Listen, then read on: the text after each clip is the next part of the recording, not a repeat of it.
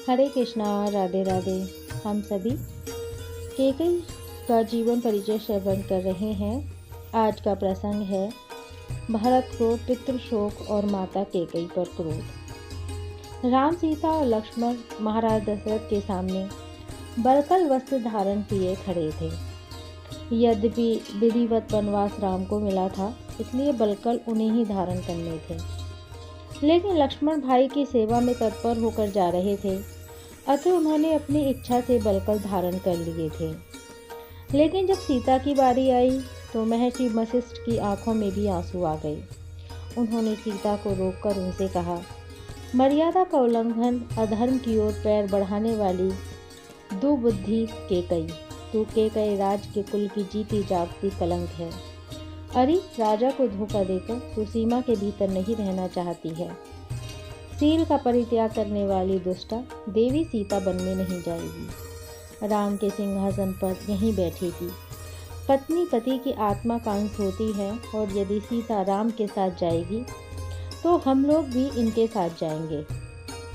सारा नगर अंतःपुर के रक्षक अपने परिवार के साथ राम के साथ जाएंगे, और जिस भरत के लिए तूने यह राज्य मांगा है, वे भरत और शत्रुघ्न भी राजसी वस्त्र छोड़कर बलकल धारण करके श्री राम की सेवा में प्रस्तुत हो जाएंगे।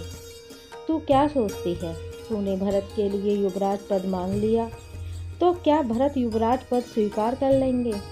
मेरी भविष्यवाणी है, भरत राम विहीन अयोध्या का राज्य स्वीकार नहीं करेंगे, और अब वे यहाँ आ जाएंगे तो तू उनका सामना नहीं कर पाएगी।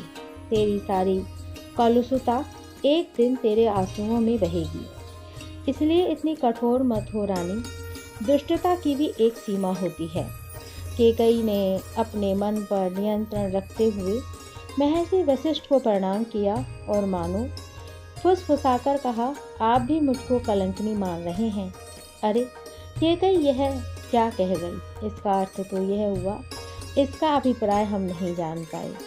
और अपनी मुद्रा बदलते हुए महर्षि वशिष्ठ 2 कदम पीछे हटे और फिर बोले, ठीक है, जैसी तुम्हारी इच्छा, क्योंकि पत्नी पति की अनुगामिनी होती है। अतः राम के बलकल धारण करते हुए सीता राजसी वस्त्र कैसे पहन सकती है? केकई का जो दर्द महर्षि ने जान लिया, महाराज दशरथ की समझ में वह नहीं आया। इसलिए सीता को पीत वस्त्र धारण करते हुए देखकर गर्म सांस खींचकर उन्होंने कहा, कुछ तो ख्याल कर केकई, सीता चीर्ण वस्त्र धारण करने योग्य नहीं है। यह बालिका है, सुकुमारी है, सुख में पली है। यदि महाराज जनक इसे इस रूप में देख लें तो क्या कहेंगे? यह दिन देखने के लिए ही उन्होंने इसका विवाह राम के साथ किया था। अरे पापनी, यदि राम ने तेरा अपराध किया है, मैं तेरा अपराधी हूँ, तो यह तो बता कि सीता ने क्या अपराध किया है। महाराज दशरथ के कथन पर केकई मौन थी और कौशल्या किर कर्तव्य विमूढ़। वह तो अपने उन तीनों वनवासियों को देख पाने की भी हिम्मत नहीं जुटा पा रही थी। राम ने यह देखकर कि अब यहाँ ठहरना सबको और अधिक दुख देना ही होगा, अतः उन्होंने सुमंत्र से कहा, चलिए हम चलते हैं। सुमंत्र रथ लिए तैयार था। राम ने रथ को देखा और फिर पैदल चल दिए, लेकिन महर्षि वशिष्ठ के कहने पर सरयू नदी तक उन लोगों ने रथ पर जाना स्वीकार कर लिया। धीरे धीरे राम का रथ महाराज की आंखों से ओझल हो गया। दशरथ के लिए, माता कौशल्या और सुमित्रा के लिए यह हृदय विदारक दृश्य बड़ा प्राणघाती था। रथ के आंखों से ओझल हो जाने पर ज्यों ही महाराज विषादग्रस्त होकर पृथ्वी पर गिरे। उन्हें सहारा देने के लिए दाईं ओर कौशल्या और बाईं ओर केकई आ गई। उठने के लिए जैसे ही महाराज ने अपना बायां हाथ बढ़ाया, सामने केकई को देखकर उसे धिक्कारते हुए बोले, तू दूर हो जा मेरी आंखों से। ना तू मेरी भार्या है, ना बांधवी। अग्नि परिक्रमा करते हुए पाणी ग्रहण के समय जो मैंने तेरे साथ लोक परलोक के संबंध की शपथ ली थी, मैं आज उस संबंध को तोड़ता हूँ। तूने धन में आसक्त होकर धर्म का त्याग किया है, मैं तेरा त्याग करता हूँ। केकई के सामने एक शून्य उभर आया। राम, सीता और लक्ष्मण तो बन चले गए, लेकिन उर्मिला को किस अपराध का दंड मिला? वह सोचने लगी, कितनी निर्मोही होती है राज्य की प्रक्रिया, जहाँ जनहित में संबंधों की तरलता का भी महत्व नहीं रहा जाता। व्यक्ति व्यक्ति न रहकर समिष्ट हो जाता है। सीता को बलकल वस्त्र करते देख उसके भीतर माँ कितनी बार नहीं रोई, लेकिन वह कठोरता की अग्नि परीक्षा में तिल तिल कर जलते हुए भी सफल होने का प्रयत्न करती रही, चाहे इसमें स्वयं उसके ही प्राण क्यों न खप जाएं। विदा के समय जब उसने राम, सीता और लक्ष्मण को बन जाते हुए देखा और राम विदा के लिए माता कैकेयी के पास आशीर्वाद लेने आए, तो सहज ही उसका हाथ आशीर्वाद के लिए उठने लगा। खुश रहो कहते हुए उसने राम को आशीर्वाद दिया। जाओ बस, आने वाला कल तुम्हारा स्वागत करेगा। इतिहास तुम्हें दृढ़ प्रतिज्ञ, सत्यवादी और मर्यादा पुरुषोत्तम कहकर पुकारेगा। आर्यवर्त की सुरक्षा के लिए मैंने जो कुछ कर्म किया है, भले ही उसके लिए सामाजिक स्वीकृति नहीं ली, लेकिन फिर भी कलंकिनी ही सही कैकेयी भी याद की जाएगी। अपने आंसुओं को रोकते हुए उसने एक माता के सारे आशीर्वाद राम, लक्ष्मण और सीता की झोली में डाल दिए। लेकिन यह दृश्य अदृश्य थे। सबने उसकी कठोरता देखी, लेकिन उसके शुद्ध भाव को कोई नहीं पहचान सका। महाराज दशरथ तो अब उससे बात करना तो दूर, उसकी सूरत तक नहीं देखना चाहते थे। सुमंत्र रथ को ले जा चुके थे। वनगमन यात्रा का पहला पड़ाव सरयू पर होना था और महाराज दशरथ इस आशा में जीवित थे कि संभवतः सुमंत्र राम को वन की छटा दिखाकर प्रयाग में मुनि भारद्वाज के आश्रम पर घुमाकर लौटा लाएंगे। लेकिन राम तो संकल्प कर चुके थे। अतः जब राम लक्ष्मण को छोड़कर अकेले सुमंत्र लौटकर आए तो महाराज के धैर्य का बांध टूट गया। हे सुमंत्र, राम ने कोई संदेश दिया? हाँ महाराज, उन्होंने आप सबके चरणों में प्रणाम करते हुए निवेदन किया है कि आप स्वस्थ रहें। वनवास काल की अवधि समाप्त होने पर मैं अभी विलंब करके आपको दर्शन करूंगा। आपके माता कैकेयी से यह निवेदन किया है। माता, आपके कथन अनुसार मैंने अयोध्या त्याग दी है। अब आप पिता पर कुपित ना हो और उनके क्रोध को सहन करते हुए भी देवता समान मानकर उनकी सेवा करना। यही माँ कौशल्या और सुमित्रा के लिए भी संदेश है। कुमार भरत के लिए उन्होंने कहा है कि राजधर्म को याद करते हुए पिता का सम्मान करते हुए उनकी आज्ञा का पालन करते रहना, और साथ ही नेत्रों में आंसू भरते हुए विशेष रूप से यह कहा है कि हे भरत, मेरी माँ को अपनी माँ के समान ही समझना। ये मेरी अनुपस्थिति में अपने को अनाथ न समझें। दशरथ और कुछ नहीं सुन पाए, वे अचेत हो गए। अब उनके लिए इस महल में रहना कठिन हो रहा था। अतः वे कौशल्या से बोले, देवी, तुम मुझे यहाँ से अपने कक्ष में ले चलो, वरना मैं यहाँ जीते जी अमर हो जाऊंगा। रानी कौशल्या के कक्ष में महाराज उसी प्रकार बेसुध, क्षीण और दुखी पड़े थे। उन्होंने ऐसा कौन सा अपराध किया? सहसा उनके ध्यान में मुनि कुमार श्रवण कुमार के वध का दृश्य कौंध गया। ओह, कितनी पुरानी घटना है ये। तब महाराज दशरथ कुमार दशरथ थे। उस समय वे अयोध्या के युवराज थे, शब्द वेदी बाण थे। उन्होंने पशु के भ्रम में अपने माता पिता के लिए पानी भरते मुनि कुमार श्रवण कुमार को लक्ष्य करके बाण चला दिया था।